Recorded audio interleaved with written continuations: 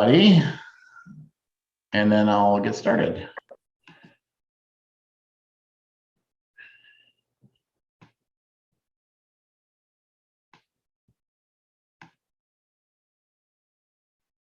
Okay, good morning, good afternoon, good evening, everybody. My name is John Haremza. Excited to be with you here this Friday for this Fireside chat. Let me just check. I got speaker view on. Okay. We have a interesting topic here today. One of the most important activities in our business, which is sharing the opportunity, sharing the product, sharing what it is that we're doing with others. And so we're going to discuss this. As I'm thinking about this, I want to talk a little bit about, who do we share? How do we share? And, the do's and the don'ts of sharing. And of course, as always, these fireside chats are completely interactive. So I want to get your input. Get your thoughts. See, if you have things that you're doing that's working really well, we want to talk about it. If you've learned some lessons and what not to do, you can learn an awful lot by what not to do. Okay, by making those mistakes and realizing that didn't work either. So let's go ahead and jump into it. So the concept.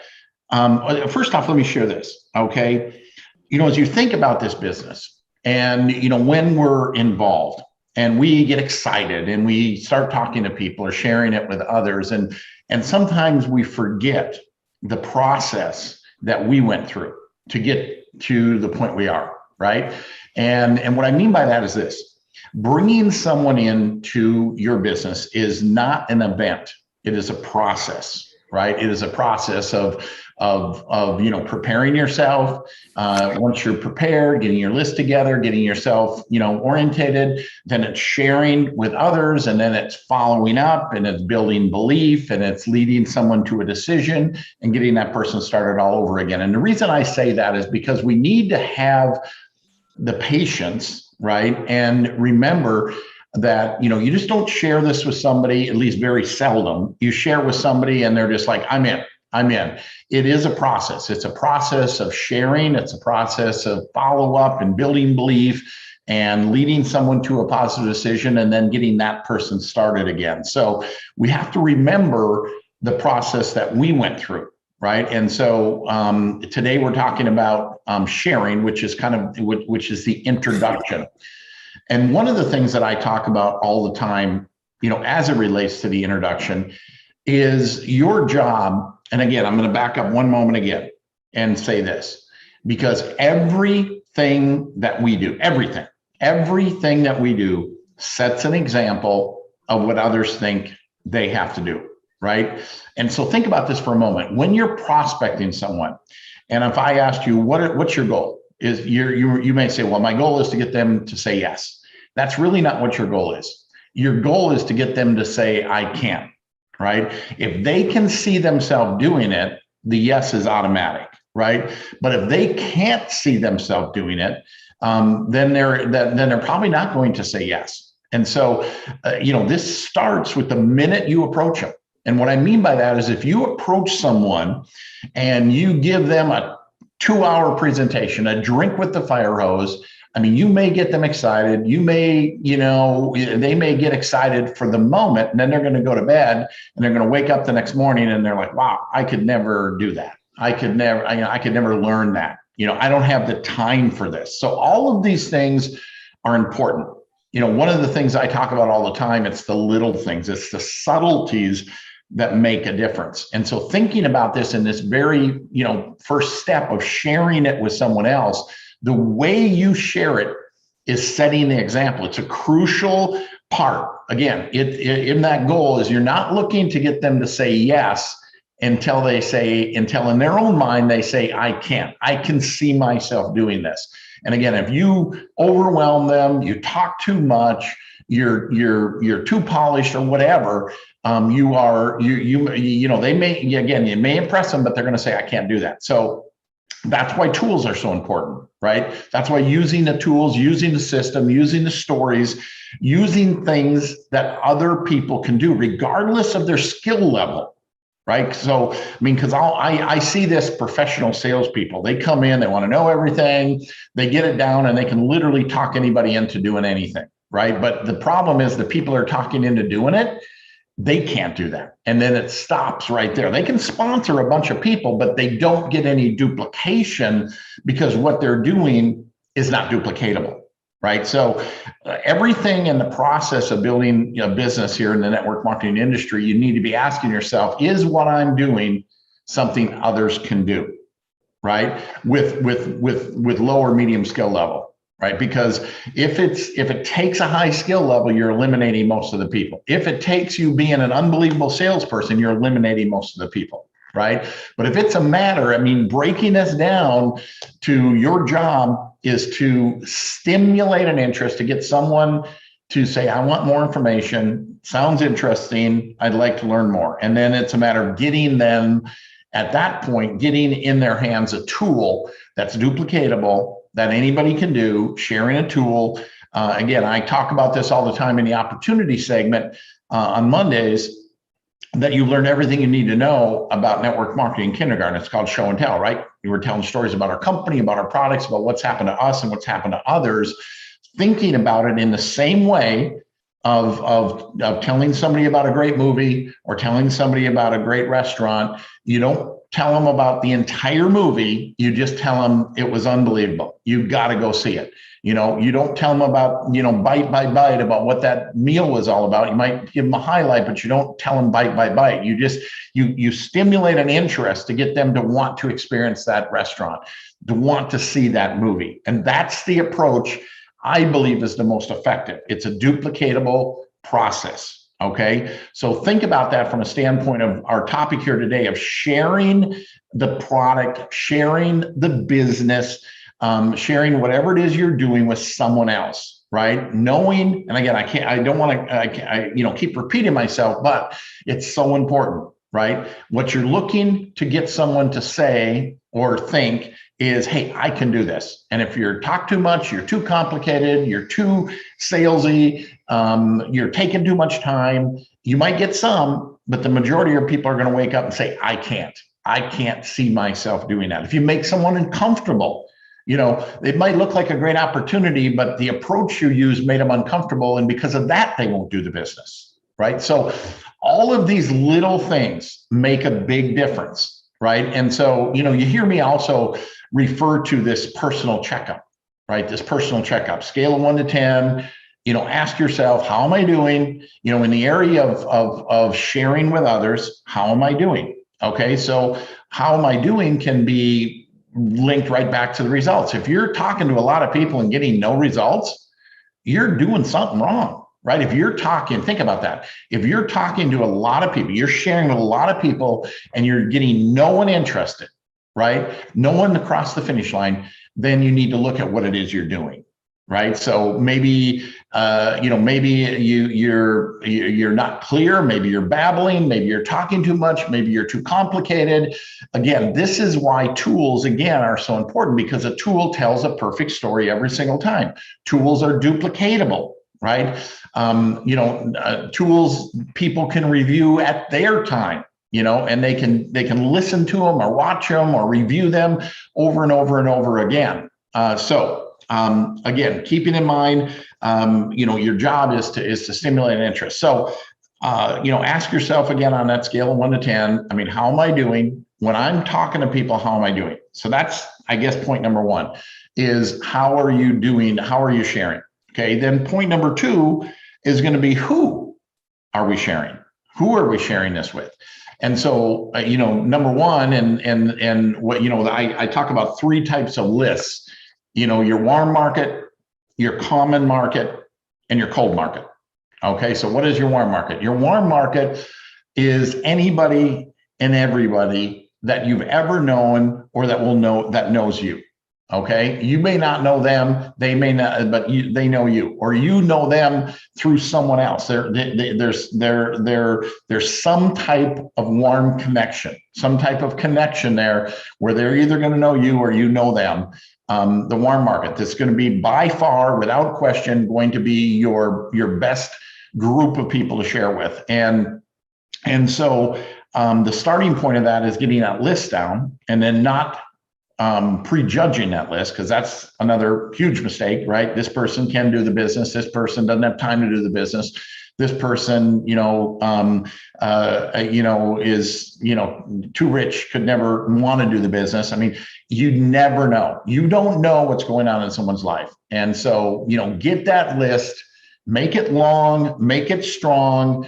Don't prejudge, put anybody and anybody down, and getting that list put together. And then, of course, it's now a matter of sharing and paying attention when you make that introduction, when you share the opportunity, share the products, you see, take mental notes on how you're doing. If you're getting the result, you're getting the interest, or you're getting shut down, right? So you can make those little adjustments, working with your upline to say, I've talked to 10 people and everybody just shut me down immediately. Well, alarm bells need to be going off. What am I doing?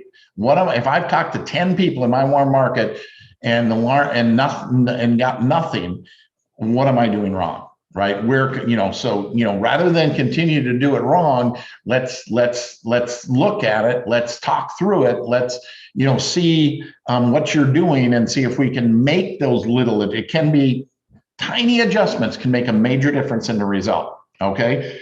Then here's your common market.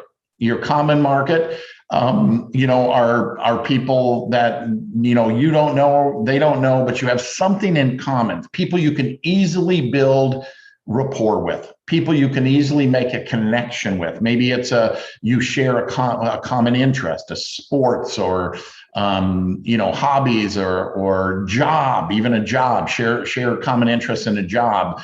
It's can be done through Facebook or through social media. Through groups, different things like this. Your common market, right? You're going to find the common market is an incredibly productive market, incredibly productive market. But again, it takes you having to be proactive and get out there and get after them. So that's important. And then there's your cold market. The cold market is exactly what it is. It is cold, right? You don't know them, they don't know you, and you make an introduction. And this can be done on social media as well. But it can be done through what I call the 3-foot rule, right? I mean, you bump into somebody. I mean, I kind of joke about it when I first got into the business. I make a joke about it. I'd say, if it moved, back in those days, the tool that we used to use is an audio cassette, right? The little audio cassette tape. And I made a joke about it. I said, if it moved, I'd give it an audio. If it did move, I'd kick it. Then if it moved, I'd give it an audio. I mean, the goal was just massive exposure, getting it out, the 3-foot rule, anybody and anybody, getting as many people looking at it as possible, right? So, that can be as simple in that cold market. You're at the gas station and you're filling your car up and you make a comment about the person's car or the weather or, their outfit or their glasses, anything to strike a conversation with somebody. It can be in the grocery store, it can be the gas station, it can be sitting next to them at the airplane, somebody completely cold. And the thing about it is, guys, is have fun with this aspect, because they don't know you. You may never or probably will never see them again. So what if you embarrass yourself? So what if you mess it up? But what if there's an interest? So let's talk about that for a moment. You make a comment to somebody at the gas station, wow, that's a beautiful car. What year is that? Or, how does that drive? Whatever, you're striking up a little bit of a conversation, right? And you're getting their rapport. You're building that rapport. And a great question to ask people once that conversation is stimulated is, hey, by the way, what do you do? And then that's going to open up another conversation. Have you ever thought about doing anything different? Or you kind of feel your way through some of this conversation and say, gosh, you're somebody that I'd really love to, share what it is that I'm doing. I think you'd be great, but I don't have the time right now. Would you give me your number or give me your business card and we'll circle back later. So, all of these things are important, but at the end of the day, guys, remember, remember this. The only thing, I mean, this is why this is so important. The only thing that's going to grow your business, my business, any one of our prospective business is going to be prospecting. It's going to be talking to new people. Then we take and think back to the other very important thing, which is, the example you're setting, right? To the person you're prospecting, what example are you setting? But what example are you setting to your organization? Big mistake many people make. They'll get 3 people, they'll get legacy qualified, and they think their recruiting is done. And then the people they bring in do the same thing.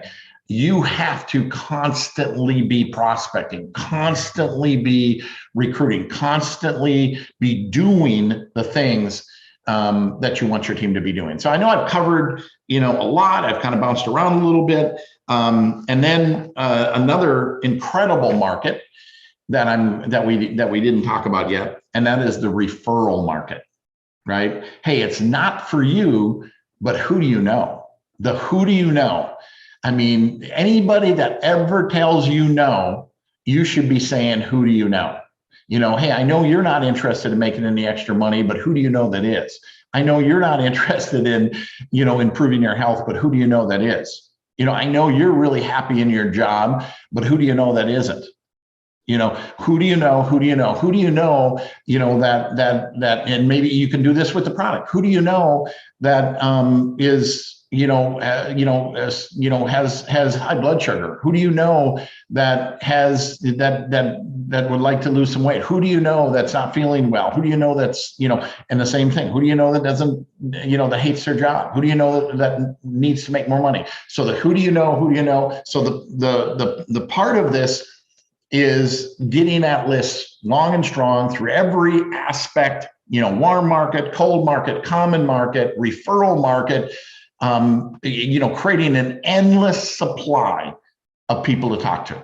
I mean, think about that, an endless supply of people to talk to. And that can be done through the means that I mean, you can constantly, just through social media today, it's connected us to the whole world, going through groups. You should be, who to talk to should be the least of your worries. If you're being productive, not prejudging, getting out of your comfort zone and making some contacts, you should always have people to talk to. But then again, now we got to come back to the results. What are we having for results? And if the results aren't there, then we need to troubleshoot how we're doing the approach. Again, keeping in mind, one of the most important things I believe is stimulating an interest, not giving them a drink with a fire hose. Remember, everything you do sets that example, but stimulating that interest, just like telling somebody about that movie or that restaurant, getting someone to say, interesting, I'd like more information, right? When I prospect somebody, I like to, if I'm on the phone talking to them, I'd like to leave them wanting more, right? Somebody asking you questions or somebody, you want to create a sense of urgency. You want to create a fear of loss. And if you've got all the time in the world to sit and chit chat for 2 hours with them, number one, you're setting an example that that's what they're going to have to do. It's getting them a little bit, getting them to want more.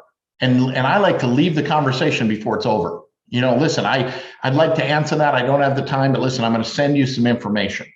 Right? And then do the follow-up on a timely basis. But think about that statement, leaving the conversation before it's over, getting out of that call, because if you want to create that sense of urgency, that fear of loss, not that you've got all the time in the world to sit and chit chat about this, right?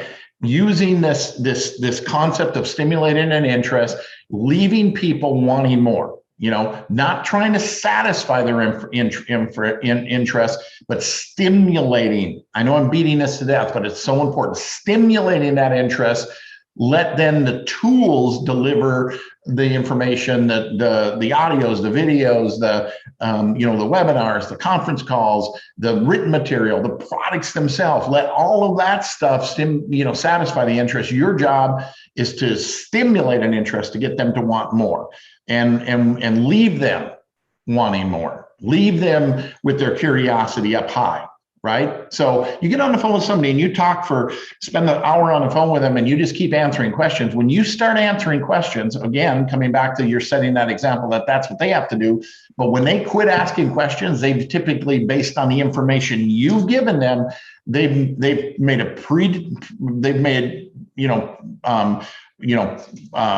assumptions of what it's about. Or when they stop asking those questions, they've made a decision. And typically that decision is no, right? If you let the tools do the work, you're going to find it a lot more productive. So anyway, let's go ahead and see if there's some input, some thoughts behind what I've already discussed here. And I'd love to hear from any one of you. So somebody please jump in and tell me what you think about what we've just been talking about. You have to take yourself off of mute. Yeah, John, in talking about selecting the right tool, a good example to me, Relief, we've got a video under 2 minutes. We've got another video that's like 7.5 minutes. And then we've got Dr. Tim talking for, explaining it more than anybody could hope for. But for some of the other products like Emulin, Canas, Full Flower CBD, we don't have that short get interested thing and then the same sequence. Is anything like that in the pipeline right now? Well, number one, there's tons of tools in the pipeline, both tools to stimulate that interest at a quick little 90 second to 3 minute what this is, even the comp plan. We're redoing now with the price changes. We're doing, all new comp plan videos. I did one last Saturday that's now going to be in the app if it's not there already. But then there's also going to be longer videos that will be more of the Dr. Tim, more of the deeper explanation. So you have to kind of judge it a little bit based on the person you're talking with, right? And where their interest really is. If they're an extremely detailed or one of these people that want everything, that Dr. Tim video would be ideal. If you're just making that introduction, that thing is going to make them glaze over, right? There's way too much. If they're thinking if they're more of an opportunity type person, then you need to give them a tool that would help fit that, right? Maybe like an overview video, or one of the opportunity Zooms. And hey guys, listen, one of the most important tools, especially when you're brand new, to judge what maybe that next step would be is the three-way phone call. Okay. The three-way phone call, putting a member of your upline on the phone with your prospect. Okay. It's a magical tool. I mean, it's where I learned the business. I learned the business through the three-way phone call. Right. So, I make an introduction to Larry. I'm brand new myself and I don't have the answers. Right. But even let's look at it today. I do have the answers, but I'm still going to I'm going to play like I don't have the answers. Larry, listen, I appreciate your question. I'd like to get you on the phone with somebody that's a bit more experienced, been in a little bit longer to really get you that answer. Right. So that three-way phone call, here's what happens on the three-way phone call. Third-party documentation. Sometimes the people you're closest to, they hear you, but they're not actually listening to you, right? That third party comes in, can literally say the same thing, and all of a sudden it means something to them, right? That third-party documentation. Another major part of the three-way phone call is it shows support to that prospect, because here you are putting someone else on the phone to answer those questions. So now it's an unconscious message, delivering to them kind of unconsciously that there's support. They may not realize it's happening, but you're putting your prospect on the phone with me. It's showing a level of support. Wow, you didn't know the answer, but you got somebody in the hands that would. The other thing about a three-way phone call is you're going to see how your upline answers the questions and overcomes the objections, and the information essentially passing through your ears into your prospect's ears. So it's a learning experience for you. You get to learn. You get to learn the subtleties, learn how to answer the questions. That's one of the most powerful parts about it. The other thing about that three-way phone call is you put me on the phone as I'm building your prospect's belief, guess what? I'm also building your belief as a new distributor, right? The three-way phone call, one of the most powerful tools there is. And that three-way phone call, especially if you're brand new, can help you learn what maybe that next step is, what that next ideal tool is, right? And let me give you one more tip here to help identify what tool, right? You're prospecting somebody. I'm stimulating that interest. And, using the old scale of 1 to 10, on a scale of 1 to 10, 10 being, I really like what I see here, I want to do this. Or, I find out where their interest level is, and then find out what would they like to see. And they'll tell you, well, I need to know really how this product works. I need to know how this comp plan works. I need to know, who more about other people that are doing this. So then you lead into testimonials. So asking people, you should be asking more questions than delivering messages.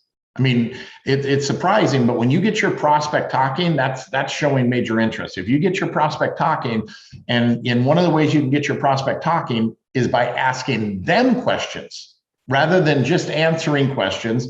Asking your prospect questions. Think of how powerful that is, getting them talking, learning as much as you can about where they are, what their circumstances are, where their interests lie.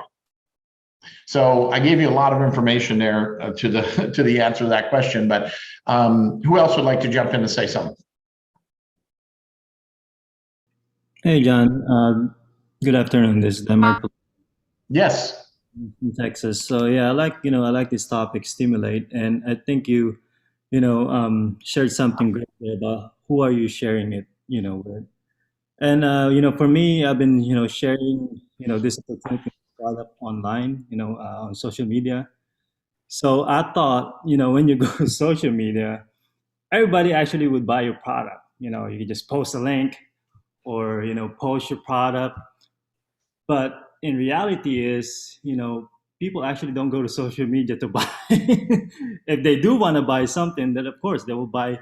They'll probably go to Google or Amazon, to buy something. So, before I would reach out to people and I just share them all the informations that I have on the book, knowing that I thought what I have would actually what they need, and reality is not like that. It's like going on a. I know Fraser Brooks had mentioned this on his on a fireside chat before, right? It's like and Ray Higdon also said this. It's like you go in a bar, right? You don't go in a bar and just say, or go to a lady and say, "Hey, I got a room upstairs," right? Probably that's gonna work with someone, but most often it probably won't work. So the better approach is, hey, are you with someone? Can I buy you a drink? I think that would be a better approach, right? So in social media, I think it's better if we understand the sales cycle. So I got this from Ray Higdon, and what sales cycle? It's this is based on his experience before, on marketing on social media. So 2% will probably buy from you. 2% will probably buy from you. That's probably guaranteed. 5% don't even try. They won't buy from you. Just that's just the reality. But 93% would buy. But the thing is, how would you let them buy from you? And I think that's the best way to do that is just really reach out to people, just like what you say. Constantly reach out to people. Whether just give them opportunity, see if they're open, give them an out. I think that's the best option to do that. And for me, what's been working so far is asking them a simple question like, hey, if it's a cold market, I'll use something like this, like, hey, my name is so and so, my name is Denmark. I know we don't know each other. I would say that because you have to address the elephant in the room. You don't know each other. That's just a given fact. So hey, we don't know each other. By the way, you may or may not be aware of this, but I help people reach their health goals and make extra income from home. Do you know anyone that's looking for this? Or maybe you can switch it up a little bit, like, hey, I got this weight loss coffee, and I also help people make extra money from home. Would you be open on taking a look at this? If not, hey, no biggies, right? So you kind of give them an opening and see, just see if they're open, give them an out. So at least at the end of the day, you don't, you don't, if you reach out to 30 people, you're not like, oh man, I just want to take a shower because I feel bad.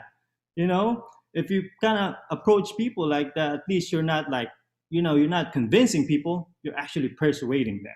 And I think that's a better approach if you ask me. So, and actually that's been working for me just fine. So, yeah, I hope that helps. Thank you so much. Yeah, well, I think what you're saying there, because you talked about, you thought, you're excited about this and thought, well, I'm just going to post this link. Everybody's going to want this. And you find out real quick, that's not the case, right? Most people will never open that link and whatever. People ultimately buy from people they like. Okay. And especially when you post a link about a product or, blind about, it's what I would do. I see something on Facebook that looks interesting or Instagram or whatever. I don't click on the link. I go to Amazon and see if it's available there because it's so easy to buy there. Okay. But if the person, reached out to me, build a rapport with me, now they tell me about what it is that they have. Now I'm going to buy from them because I know them, I trust them, I feel the customer service, the connection. People buy from people they like, right? So you have to, do exactly what you're talking about. And again, asking them some questions and not being in their face. Go ahead, you were going to say something else? Yeah, can I have one more thing, John? Because I know there's also one thing that I've learned. Like, sometimes we wait until like it's like 6 months, and then you kind of court them into like, hey, I like your family, or maybe I like your picture, and sometimes that's a little creepy, when people say, who's this guy? You don't even know them. So I think it'll be better if you just approach them, with that approach. So at least you kind of hit them directly, so you can kind of move on to the next one. So hopefully that helps. Thank you. Sounds good. Anyone else want to jump in here and share what they're doing or what some of their experiences might have been? John, can I say that's okay. Go ahead, Brad. Oh, okay, real quick, Jerry. So when I really like this topic of sharing, I want to ask everyone who's here, how did you get into the business? Did you get in the business with the products or with the business? Okay, so personally, I get into the company with the products. 6 years later in the business, I always reflect which activity brings me to where I am, generates profit, generates income for me. And it's always giving out samples. It's always like, how did I get into the product? Someone gave me the samples. How did I grow my business? I was giving out samples. I wasn't even using all these tools that everyone, but there's nothing wrong with that.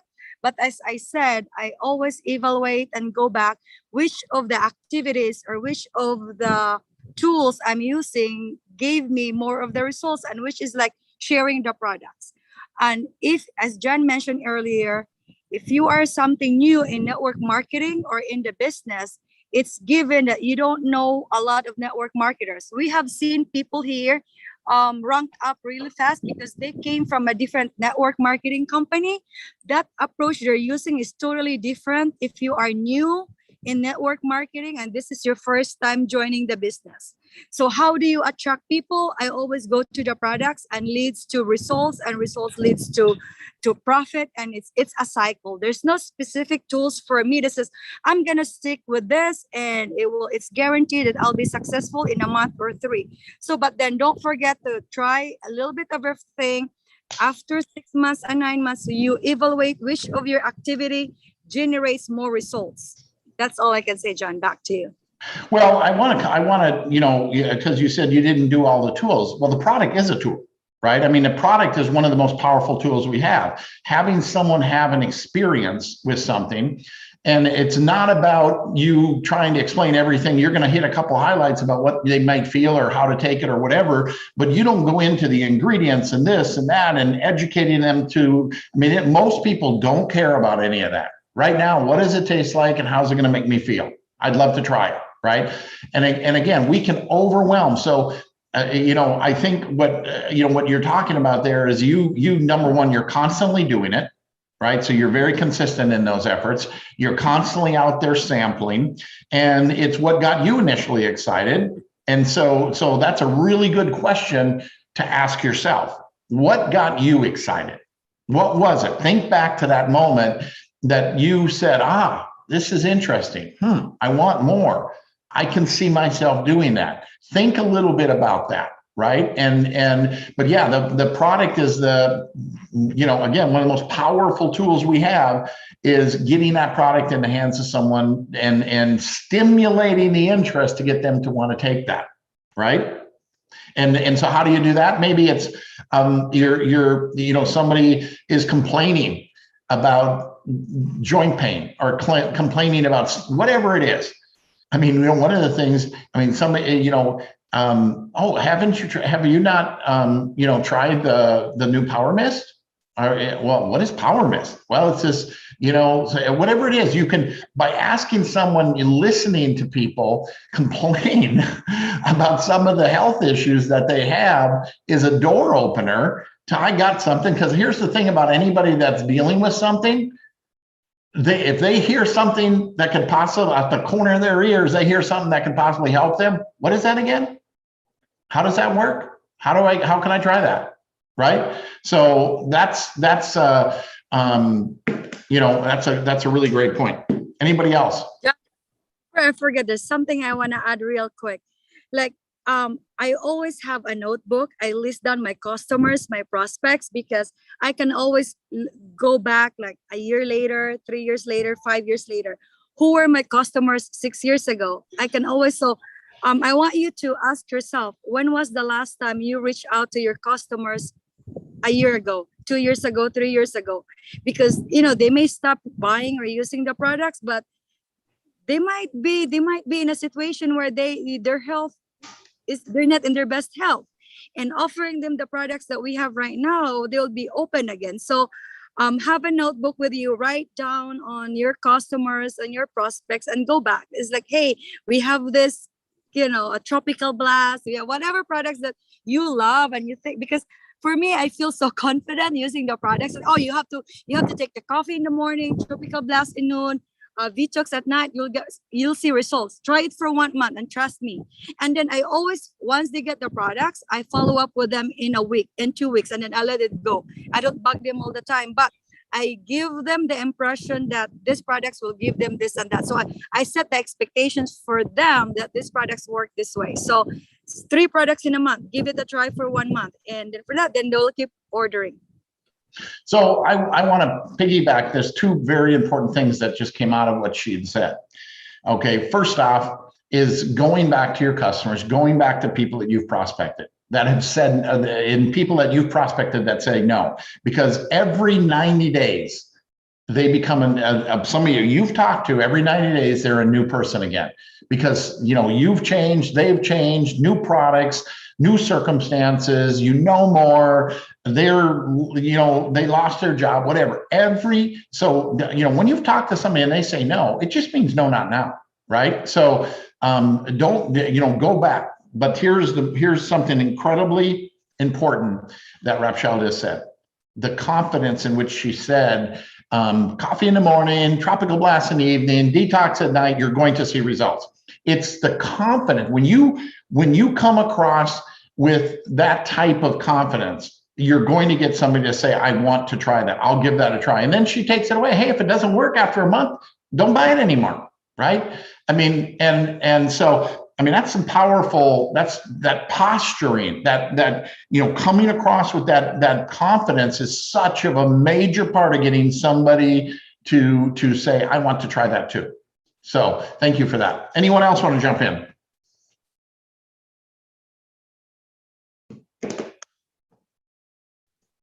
John, just so many things are going through my head right now, but one of the things, and going back to customers, is a lot of times we have customers, we don't ever tell them that there's a business that they could do with this product. So just important to let them know every so often, just bring it up that they could do this as well. And something that's been really, really strong on my mind lately is this amazing success guide that we all have. And, bottom line, every single thing that we need is in this. And I don't know if everybody has one or has it printed out, but boy, it's sure worth reading and rereading and rereading again and again. That's all I wanted to share. Yeah, thank you for that, Jerry. And you're really right. I mean, there is so much information in this. And I mean, I don't care what level you're at reviewing, and because when you learn something and then you go back a while later and you go through it again, your level of understanding is so much greater. You get something more out of it. You constantly get something more out of it. You hear me, I mean, a lot of the things I talk about are right out of this, right? I mean, that personal checkup, the warm market, the cold market, the referral market, all of it's in there, right? Stimulating interest, asking those questions, all that stuff is in there, and so when, the key and all that, what does that do? It gets you excited when you learn something, it builds your excitement and your confidence and you want to go talk to somebody, right? So thank you for that.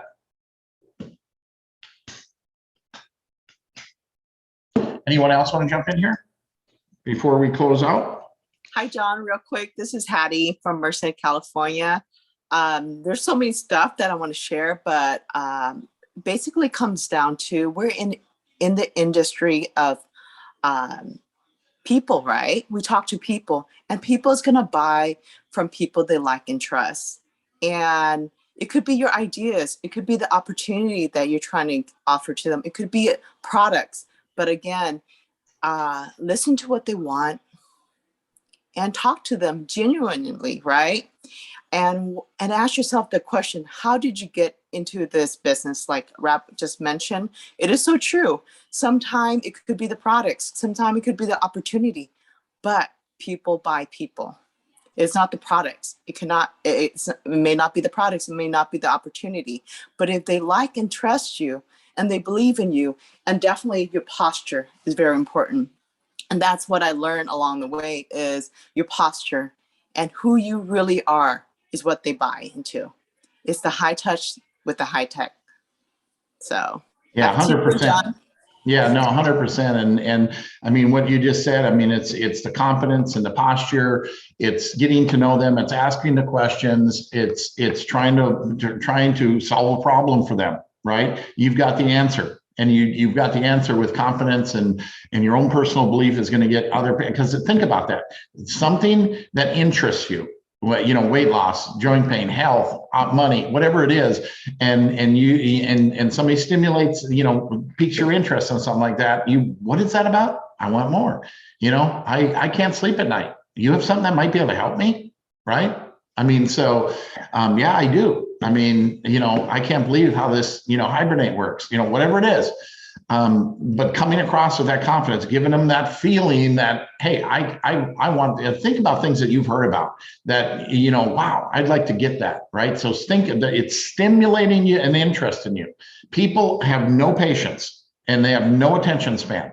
If you really focus on stimulating that interest, listening to them, right? Asking the right questions, people will tell you everything you need to know, and you can give them, we've got answers.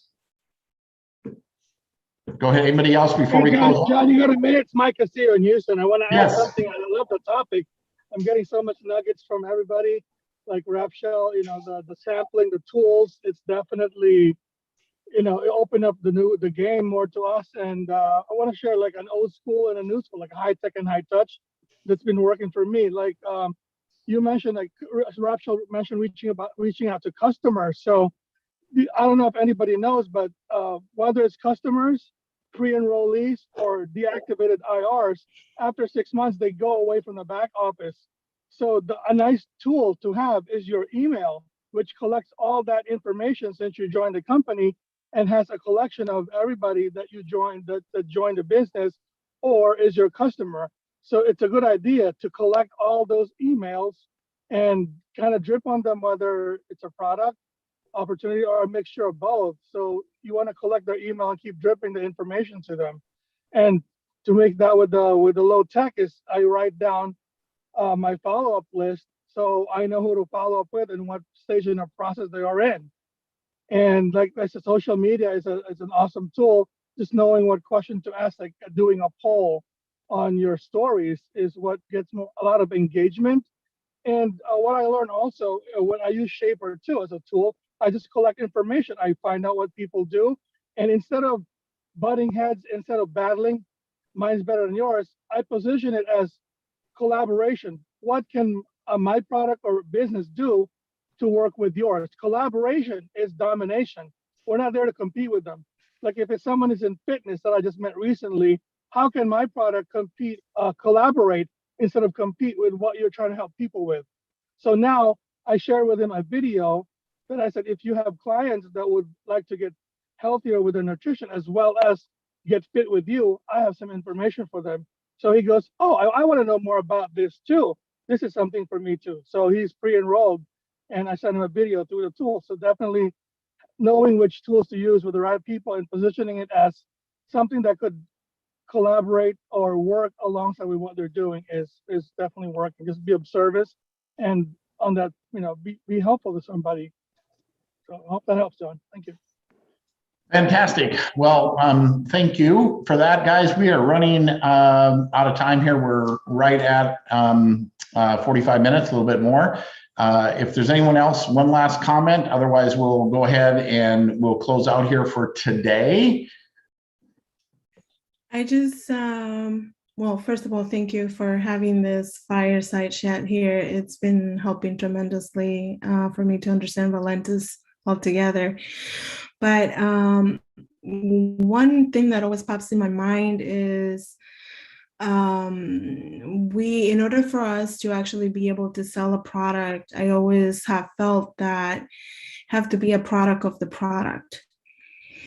Otherwise, it's just hearsay, right? Or I hear in the company that this is really good, but when the client actually asks you or the potential person asks you, well, what has this done for you? And you don't have an answer, that makes that client go away. So it's sort of kind of like taking like 20 classes from somebody at a gym that is overweight himself or he doesn't work out. So for me, it's helpful to do that. One of the things that actually works in my home is that, well, I take this product, right? Can anybody see it? Everybody sees it, the Relief. And what it has done for me or what it has done for my family is because it started with them, well, what is it you're taking? Because I literally have this in the middle of my table. So I have a little, one of those circle thins on the table where you just move it and you just grab the thins in the middle, like salt and pepper. Well, I have a Relief bottle in there. And it started with them asking me, well, what does it do for you? And I said, well, it helps me break down everything that I'm eating that I just cooked. And what does that do in your body? And so, and that's when you can establish a conversation and then you can go forward and saying, hey, this is what I have. And it's working great. I mean, my family didn't believe in it until they started seeing what it does for me. So then that takes you into a different level. If you can't sell it to your family, the question is, why should anybody else buy it from you? So now I have my dad, my mom, my grandma, even my grandma takes it, even the kids in my family take it. So it's just about that. So just think about that for a second. I mean, if you have a home office, do you have a little display with your bottles there? So people come into your office at home and they're, oh, what is that? It's an opening. It gives you that platform of conversation that doesn't feel like you're selling something to them. So yeah. It's just a conversation. You're just having an informative conversation. And then they're like, oh, maybe I should try that. And I'm like, yeah, here, take it. I give them a bottle. And I said, but be consistent with it. Take it and then tell me what it does for you. And then come back. And those are my repeat customers. So samples, feel free to give them away because they're good. They're going to come back to you and say, oh my God, this is working. And then that's when you have an opener. And those are the customers that are never going to go away because they've tried it and they see that it actually works. So whatever product we sell in Valentis, make sure that it's a product that you use personally and that you can actually laugh about it and say, oh my God, this is what or where I was, and this is where I am now. That's just my 2 cents. Fantastic. Well, thank you for that. Say just a quick note here, guys. You know, we're giving away a GoPro ticket for last week on the 8th when we did this, you know, for last Fireside Chat. And that person is Kathy Russell. Kathy Russell. So if you can private message me. And then, of course, we're doing another one today. So, you know, we've got a screenshot of all the participants, both here and on YouTube.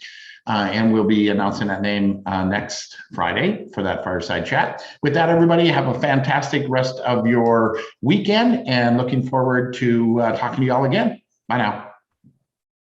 Have a great weekend. Bye, everybody.